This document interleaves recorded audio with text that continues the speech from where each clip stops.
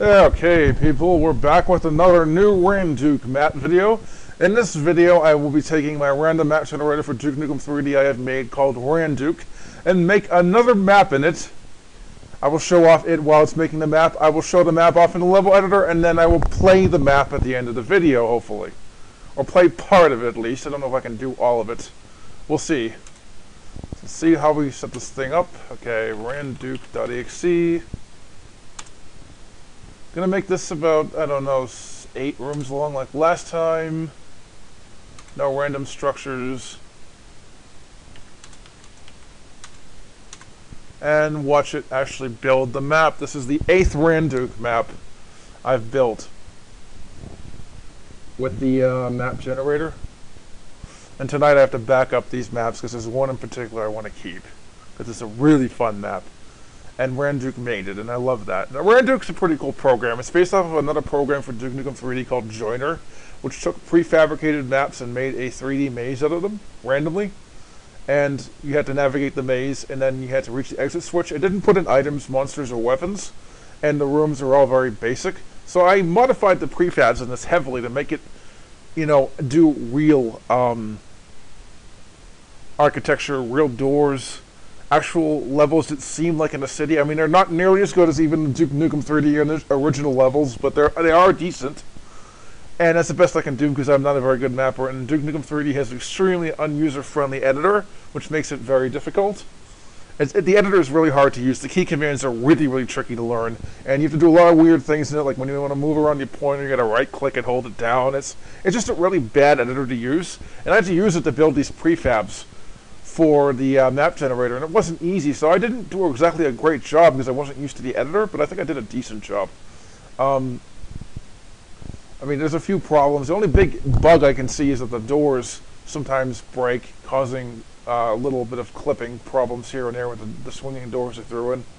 And I put in vents, swinging doors, but I had to use vent prefabs from the original game. I had to copy them from maps in the original game for that to work, swinging doors especially, vents as well, and exploding walls too.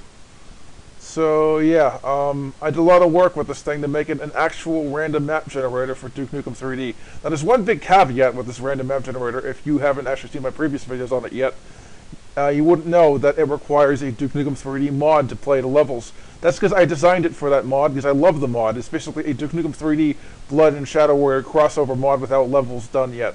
And it has textures from those games, Shadow Warrior and Blood. And it has enemies as well, randomly replacing original Duke Nukem enemies. So I like playing Duke Nukem with it 99% of the time. So I decided to make the map generator for this, because it would make it much more fun, because I got to see new textures, the new enemies.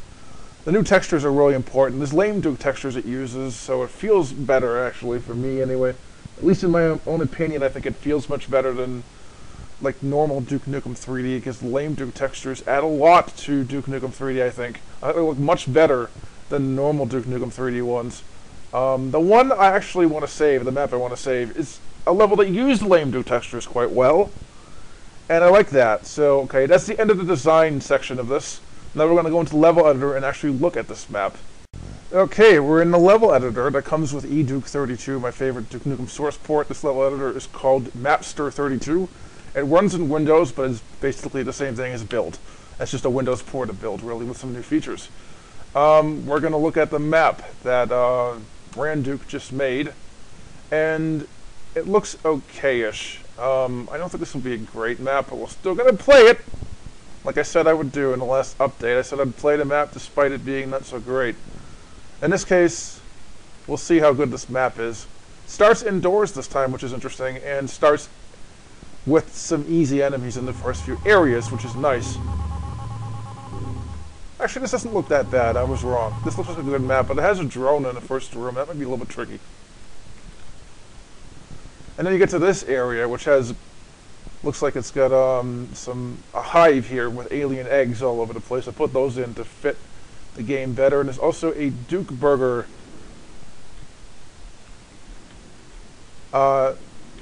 whatever you call this, a Duke Burger outdoor ordering, a menu. Yeah, a menu. And there's also a Duke Burger This is an outside of a Duke Burger prefab you're seeing here. They're not used a lot, but this will make it interesting anyway. There's also a protector drone there. Protector drones aren't used a lot by Randuke for some reason. And will this lead to a room? Yes, finally this door gets used as a room opening door. And then we have another area like this. Whether Duke Burger actually shows up on this map is randomly determined, but you get to see the outside of it, and that's the exit of the level right there. This level doesn't look that difficult. Looks like a good first level for an episode, actually. It has a couple protector drones, and that's about it. That's the only big threat in the whole level. It doesn't look like it's got custom textures in it this time around. So I don't know. Will they show up? I can't tell. But yeah, this map looks short. It looks easy. It looks really fun. So I'm going to save this as Randuke 9. Okay, we're now in Duke Nukem 3D. We're going to play this level now. Version mismatch. Load. Oh, that's because I'm using a different version. User map.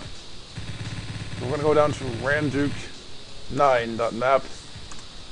One thing I want to mention is that this Randuke, the mod that Randuke requires, which is called Duke++, it doesn't work well with the HRP. I have the HRP loaded, but they hacked it to make it work right, because it replaces the weapon sprites. So you really don't want to run this with the HRP. A lot of people in the Duke community don't like the HRP anyway. I do. I like the HRP a lot. But I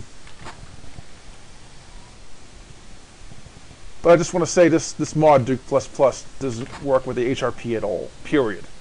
So I got it loaded with a hacked HRP here, okay? But ignore that. We don't want to load this with the HRP at all. Just let me know. Let you guys know that. Wow, this is tough. Look at the beginning of this level.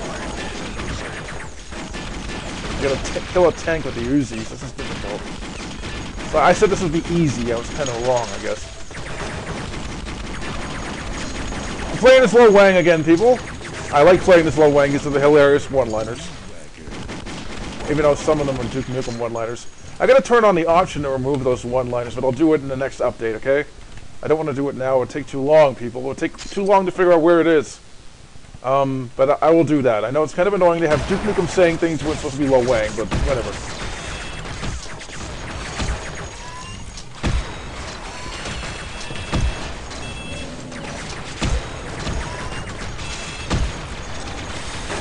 There's the freeze throw, or Lo Wang's version of it. You've seen this before in the actual Randuke playthrough.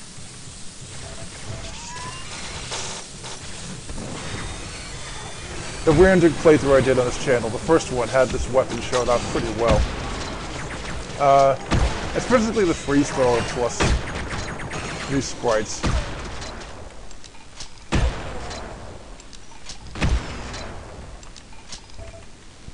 So yeah, these maps aren't exactly easy, and here's finally the automatic shotgun that Lo Wang would normally use, which I'm going to use that because it's actually really powerful. Finally, the rocket launcher, nice.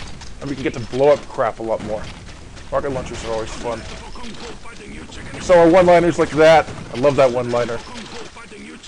When I heard that one, I died laughing the first time. I want to tell you a funny story. Shadow Warrior is one of the most offensive games, according to my cousin. I really pissed her off by showing it off to her once. She started whining about the swearing. It was hilarious. This is back when I was around... This is back in like 1997 when I first started playing Shadow Warrior, people, and it was not funny at all. It was bad. And here's the railgun, which is actually the shrinker. I need the expander to actually trigger the railgun. I need to have the railgun mode of the expander set up. I'm going to show that off later on. I don't really use the railgun very much in this. The railgun's weak. It always has been weak in Shadow Warrior. I don't like that. Oh, this map's difficult. Like I said, this makes tough maps. Some of the ones we've been seeing earlier on, like in the playthrough, the official playthrough, are way easier than this one is. But this thing can make really hard levels. They're not necessarily slaughter maps, because it doesn't use enormous hordes of the toughest enemies, but it does use a lot of enemies. Like, it fills the rooms with enemies, people, and that's tough. In Duke Nukem 3D, there's nothing quite like that. So it does use a lot more than you might expect in Duke Nukem 3D at once, so it makes tough levels.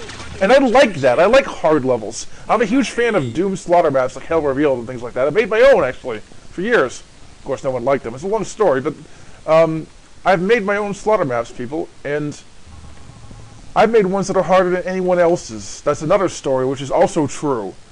Don't believe anyone else that says that like the hardest is Sunder or whatnot. I've made one way worse than that. So, yeah.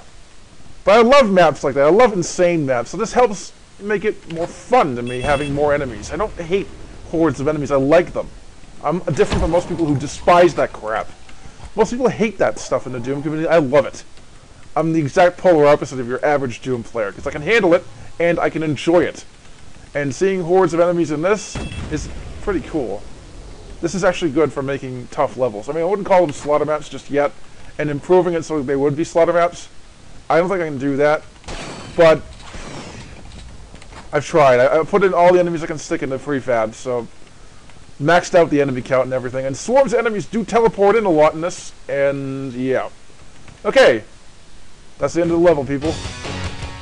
Beat that in only about 4 minutes, but that was pretty hard, people. Wow. Hope you enjoyed this video.